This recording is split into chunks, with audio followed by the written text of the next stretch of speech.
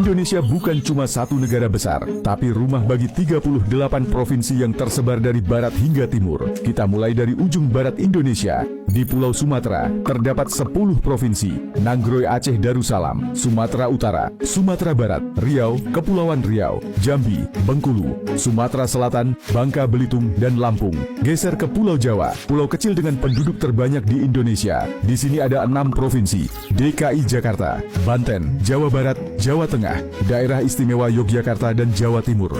Lanjut ke Bali dan Nusa Tenggara, terdiri dari 3 provinsi: Bali, Nusa Tenggara Barat, dan Nusa Tenggara Timur. Masuk ke jantung Indonesia, Kalimantan, pulau besar dengan hutan tropis dan sungai panjang. Di wilayah Indonesia, Kalimantan memiliki 5 provinsi: Kalimantan Barat, Kalimantan Tengah, Kalimantan Selatan, Kalimantan Timur, dan Kalimantan Utara. Berikutnya, Sulawesi, pulau dengan bentuk paling unik di peta. Di sini terdapat 6 provinsi: Sulawesi Utara, Sulawesi Tengah, Sulawesi Selatan, Sulawesi Tenggara, Sulawesi Barat, dan Gorontalo. Dan terakhir, kita tiba di Indonesia bagian timur, Kepulauan Maluku dan Papua. Di wilayah ini ada 8 provinsi, 2 di Maluku, Maluku dan Maluku Utara, dan 6 di Papua hasil pemekaran terbaru: Papua, Papua Barat, Papua Selatan, Papua Tengah, Papua Pegunungan, dan Papua Barat Daya.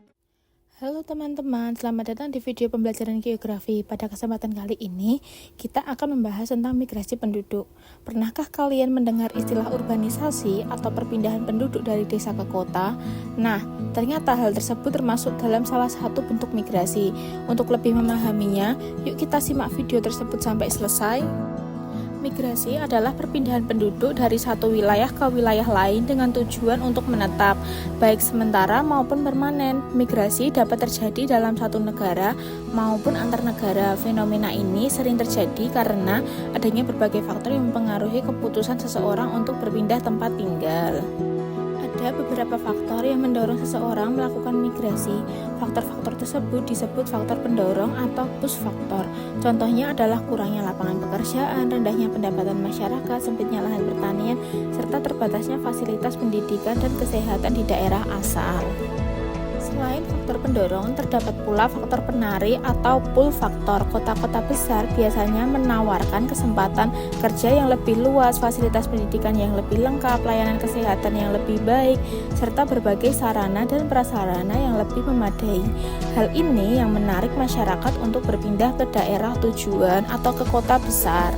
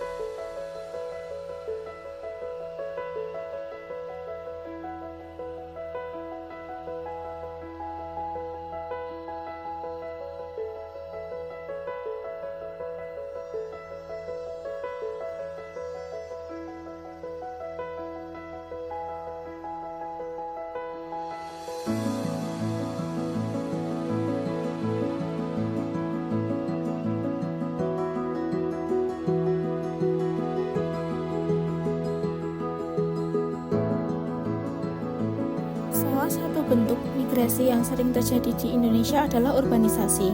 Urbanisasi merupakan perpindahan penduduk dari desa menuju kota dengan harapan memperoleh kehidupan yang lebih baik. Namun, urbanisasi yang tidak terkendali juga dapat menimbulkan berbagai permasalahan di perkotaan.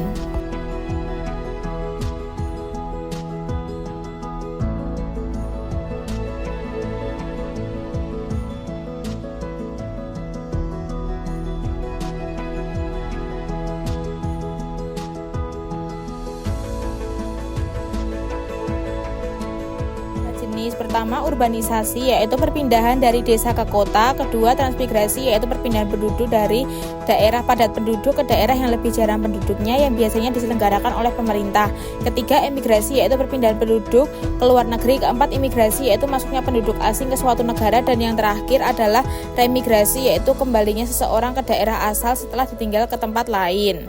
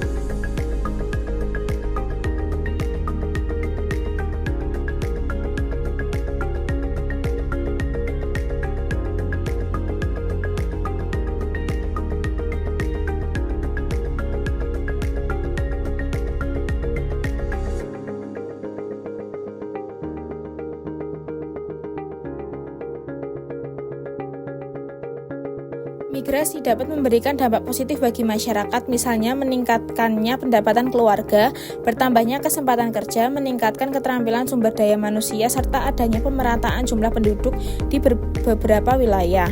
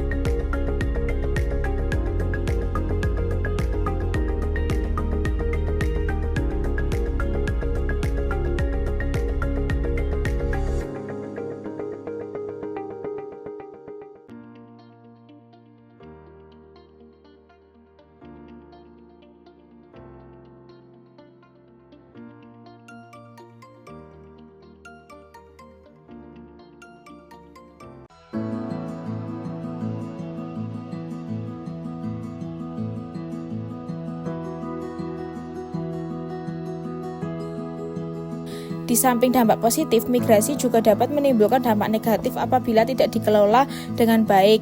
Beberapa dampak antara lain meningkatnya kepadatan penduduk, kemacetan lalu lintas, pengangguran, serta munculnya kawasan permukiman kumuh di perkotaan.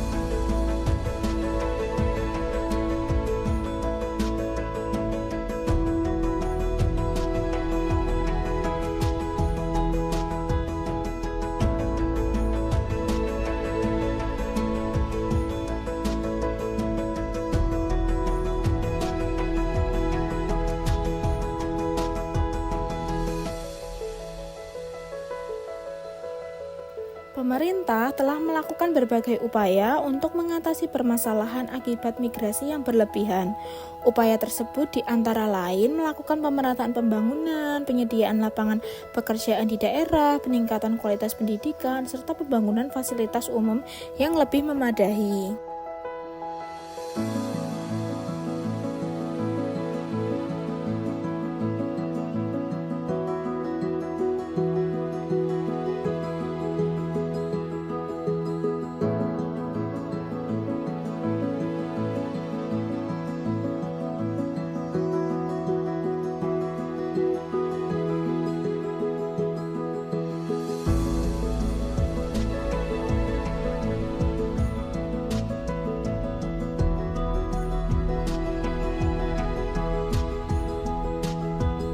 Dari pembahasan yang telah kita pelajari, dapat disimpulkan bahwa migrasi merupakan salah satu bentuk dinamika kependudukan yang dipengaruhi oleh faktor pendorong dan faktor penarik.